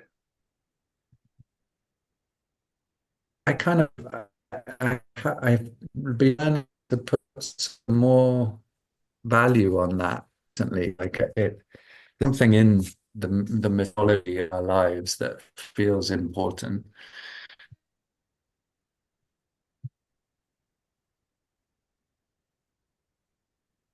Yeah, I mean, I've heard Jordan Peterson speak in a very similar way, um, around the Christian Bible, and maybe not in the exact context, but I might you have know, lost connection again while I was and speaking. I just come back to the Try. same thing that I said before. We got you, Phil. You hear? You going, Rob? Yeah, and that is that I just don't know. I mean, we assign things to spirit, we assign things to soul, Yeah. and then what else? Then we create Catholic Church and Episcopal Church and Baptist Church, and we create all these entities based on those myths and those beliefs that then, and so we end up with what we have right now. Yeah. Yeah, I guess that's true as well. Neither place. I mean, the reason to bring it up was just that it it underpins so much of our suffering, and it I don't know. I think it ties in with our idea of what this is about. You know, the reason that we do things, the reason that we are, is tied in a lot with the, what this is for. And Yeah, but when you start saying reason, then you have to go down that road too, right? You have to go down the reasoning road, and then you have to assign stuff. I'm just saying that when you start taking this apart mm, and you start looking into it in a really deep way, yeah, I I just haven't found a place that I have can land on knowing a whole lot. yeah, It comes yeah, back to being taught, but I agree with everything that Phil was saying about these things touching us in a way, you know, myths and stories and stuff like that, touching us in a way that, I don't know, they touch us. You know, yeah, there's a soft, gentle touch there. You know, and so to me that means Mm.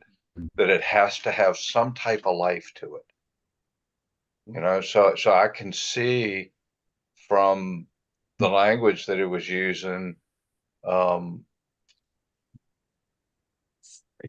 that lands for me because I experience it in that way. There's a truth to that yeah, because there's an experiencing of it in that way, right? Which is what I came back to before. Instead of guiding people in a way of asking them the question over and over again, like, how does this land for you? So that we can find that connection, that value that it has for us and our own knowing. And then people, it becomes much more difficult for people to use language in a way that takes us in a direction where they now seem to have some type of control, not only over us, but over society, over masses of people. mm, I mean, like you're seeing in the States right now with the election. I mean, this is a spinoff of exactly what it is that we're talking about, where a guy like Trump can stand up there and say certain things, call people the worst names right on TV in front, and his base loving for it. You know, he stands up Mm. there and makes fun of a reporter who has obviously mental issues and sits there and makes fun of him in front of thousands of people, and nobody bats an eye about that. You know, where he turns around and starts selling Bibles, even though this guy's been divorced 3 times and was having sex with a woman while his wife was pregnant, the third one. And the Christian base are trying to vote this guy. So this is, you know, this is the display actually of what it is that we're talking about. And in does it have other forms that it takes in a very meaningful type of way for people? Certainly, absolutely, 100%. But what we're seeing right now in the Middle East and what we're seeing right now in Ukraine, what we're seeing in the United States is also a real live example of, where we've come from and how we've gotten to where we are today. I don't think you can call it anything else. Mm. well, you can call it, I don't know. I think I Yeah, you're right. That's right. And And that's the only where I reason I end say up. that is because I don't know what you're referring to with this um, journalist and Trump. Yes, Um, it is for you'd have to go back. It's not worth bringing it up. Just the way that the guy was obviously handicapped yeah, in a way, and he was invited to ask Trump a question, and he did, and Trump sit there because he asked him a difficult question, and Trump made fun of the guy, and I okay. mean, you've got, I don't know if it was Nostradamus or who it was that said that, the third Antichrist would come in and he would have the masses, um, following him. But it's certainly, I mean, you can make arguments one way or another whether this guy's like Hitler and all of a sudden he's got all the solutions, but they're talking about deporting millions of people out of this country if he gets elected. Just deport 10 million people that are now situated in jobs, places to live, have families here and stuff. It's we united, and there's shit. Some of my own family members are like hugely supporting this whole time, but his main base is evangelists, is the Christian base, and I just don't understand it. For It makes me afraid. It opens my eyes, not just to myself, but to other things. And that is about the nature of, the depth of the nature of human beings and just Mm. where we come from and what we're capable of. Mhm.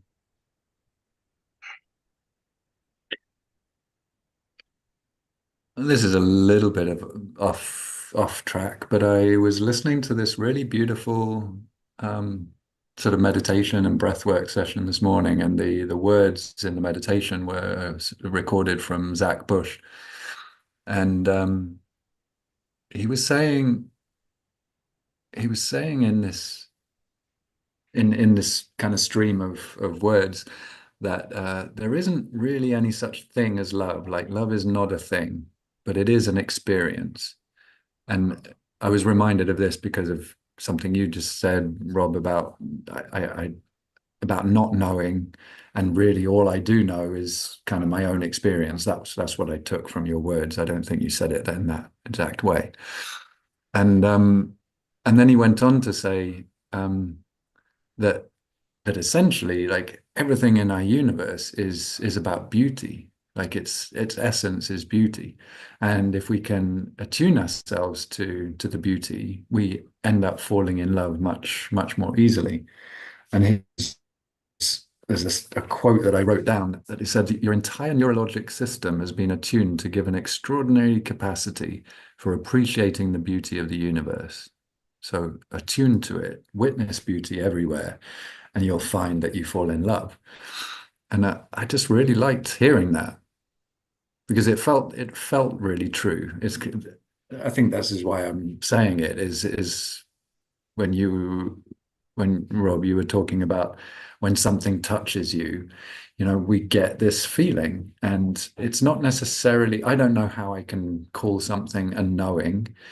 I don't know how I can ever know a truth, but there's something very different from receiving a piece of information if, through it tends to land in the brain as information, as data, basically, Yeah. and a an actual experience in the body. And I think I've been learning this, or this has been more and more grounded through this kind of work, through inquiry work, because essentially what we're learning to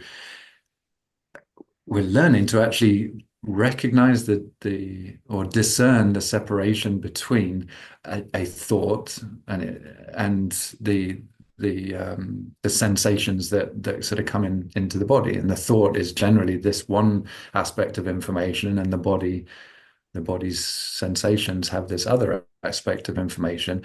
But when something really touches us in the way that you were describing, Rob, like that's different from both sensation and thought. Like I'll have a sensation that reacts to it, and a thought that reacts to the touch, but there's something that gets penetrated, and I would call that soul or my I heart. would call that I a would call deeper knowing. That's a knowing. It's like there's a knowing there. And you said something too that I think is really valuable. You said maybe all you really know is your own experience. And it dawned on me as soon as you said that, that the way that I have tapped into what my experience has been through other people and myths and stories. So all of those things definitely, because left to my own perceptions on things, that's going to be very limited. So my experience can be expanded and opened in a meaningful way if done, by listening and self-introspection and being open to the realization that there was a knowing, there was something that just touched. Right. And again, I don't know for me if that's soul or not, but if that's the word that's used, I think that it can be helpful because then you can start to explore in whatever way you can what that is and what that means to you. And I think people have gone, way deeper than I've ever gone, with meditating for 14 hours a day, month in and month out. And Jack Kornfield said he just saw them, just people just start to turn to light just sitting there. And I believe that what he said was true, that he did see monks that were meditating 14 and 18 hours a day for, 6 and 8 months at a time turn to light. I believe but is that my experience? Have I seen it? No, I haven't. But I do think that I've probably touched on a very, very limited part of my own capabilities in this lifetime. And that other people have taken it in a place that can open doors for me if they are able to connect with me in such a way, or if that's what comes across my path in this life. So I'm open to a lot of things. I've certainly tried a lot of things in my life. So One of the things I find, well, I guess it's an aspect of that beauty I was just talking about, is this. So here we were talking about, I was talking about self-loathing and experience of self-loathing, and you were asking, where does that come from? Like, how do you experience that? Because I don't see anything to loathe, and I'm looking at these. I'm going further back into my past to sort of find like, well, where did I learn that? And essentially, I learned it through others, and absolutely, a belief got absolutely, a belief got formed, and I took on a lot of different people's or several different people's kind of view of me that was not really wholesome. It came from, yeah, in a way what you said, it came from their own wounding, their own hearts, their own hurts, and their own misunderstanding, lack of understanding. And so I kind of got surrounded with that. And that shaped and formed my own idea of the world, my own worldview, but also my own view of self. And what I've been learning more and more over the last few years, especially, is the opposite view. So I'm receiving these. It's been said here in this session, and by both of you in a roundabout kind of way. But you said it first, Rob, and essentially just by asking the question, like, so I don't understand it. I don't understand how you could loathe yourself. And that to me is a sort of a message of love, like, and so I receive that in a very different way to the way I'm receiving that kind of hatred from others in my past, and that is forming me in a much different way. I'm kind of yeah, I don't know what I'm trying to explain here, but just to sort of emphasize, there's a huge aspect of beauty for me in being able to receive that rather than the opposite, something that feeds that self-loathing belief or that belief of I'm wrong. And instead, like, it's a belief of like, oh no, there's something really valuable about me in this world. It's something that's worth looking at. It's something that's worth paying attention to. Hmm. And there's and the beauty. son Something and the that's here. sons the and the son shall inherit the sins of the father. And that just explains to me exactly what you talked about earlier, which is that happened to them and then they did it to us, and it goes way back, and that's what happened to my mother, and that's what happened to me, and then it's what happened to my father, and they got married, and then they put it on us, and then we turn around and we put it on our kids, and so on and so forth, because there's not enough awareness there, self-acceptance, inquiry, understanding, knowing, whatever you want to say, to break that mold. And I know that I've done that exact same thing to the kids that have been in my life, the kids that I raised with Lisa, although I got them at a later age. So I know just from my own experiences and things that I've gone through and looking back, that statement, and the son shall inherit the sins of the father, although they probably, the way they use language in those days, they probably could have made it a whole lot clearer by saying, look, old people are going to put their baggage on you because they don't know how to deal with it themselves. And so you're going to have to carry their shit. And then if you get aware enough, you may not have to carry as much. That's another t-shirt. That's, Another t-shirt. that's what they're going to do, because that's what was done to them. Yeah.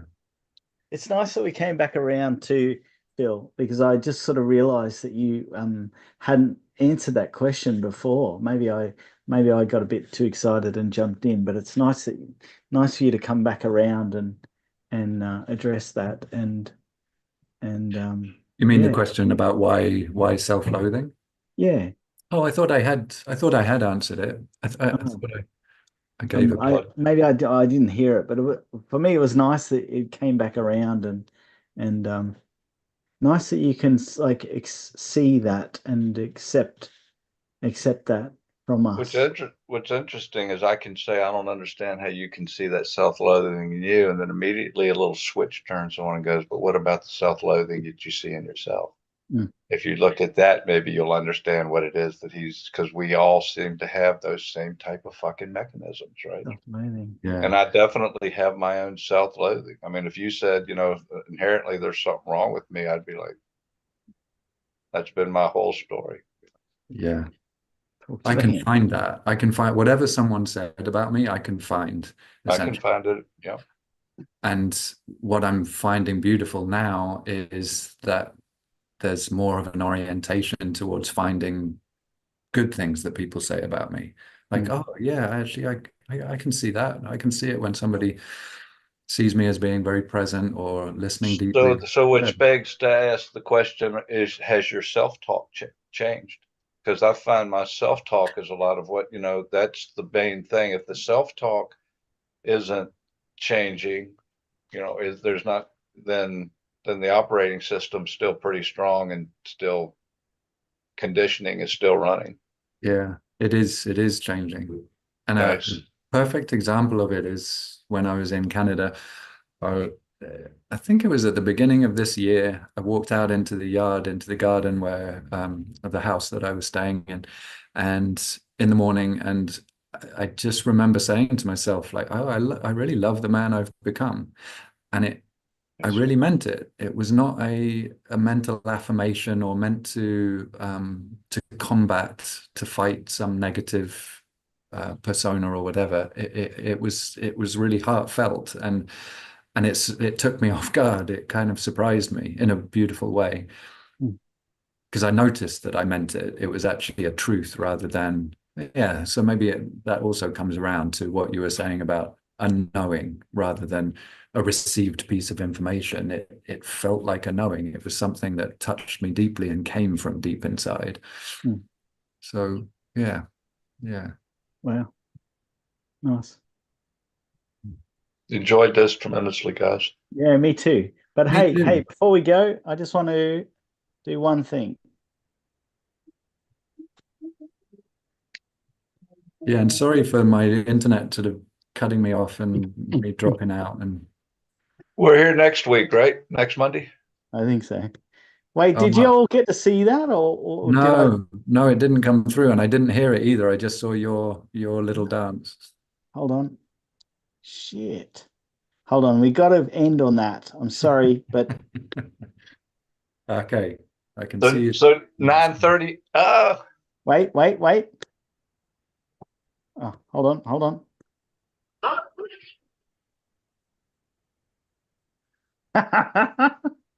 Is there music going alongside that? It says the three amigos. Oh, hold on. You know the dance they do? But the sound didn't come through. So when you next do it, Oh, yeah, well. it's really coming through. It's kind of, I don't know if you can hear it, Rob, but when you next do it, you're going to have to press like share sound or something like that in the advanced options of when you share. I don't know if that's an option, but hey, I'll work on it. I'll work on it. Sounds good. So we're up for next Monday, 9:30? Next Monday, 9:30 is pretty good for me. 9:30 East. I don't know what that would be y'all's time. What time's it Hey, there right now, Phil? It's 4:30 now in the Okay, so it's afternoon. 11:44 here. So so sorry, do you change times next weekend? not Oh, next weekend, because next weekend is the 28th. Okay. But the weekend after that, the 3rd, we change time. Okay. I don't know when Europe changes I time. don't know either. I think it's at the end of October. Okay, Right. but sorry, we're meeting on the 28th then.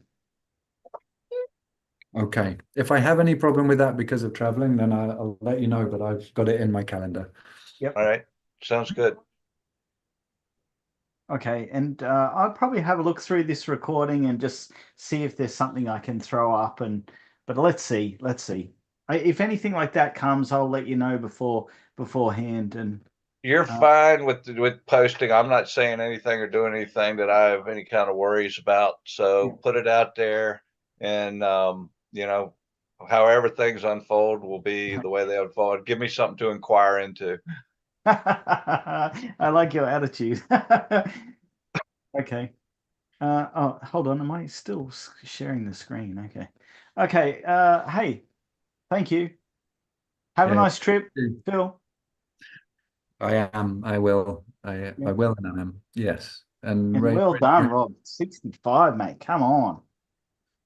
maybe I Rolling, missed baby. you 65 today? No, Thursday, this coming Thursday. Oh, okay. Congratulations. 65, been married almost 25 years. You're I don't know how 15 I soon. got no idea how I got here. And I mean that sincerely. Through a lot of pain.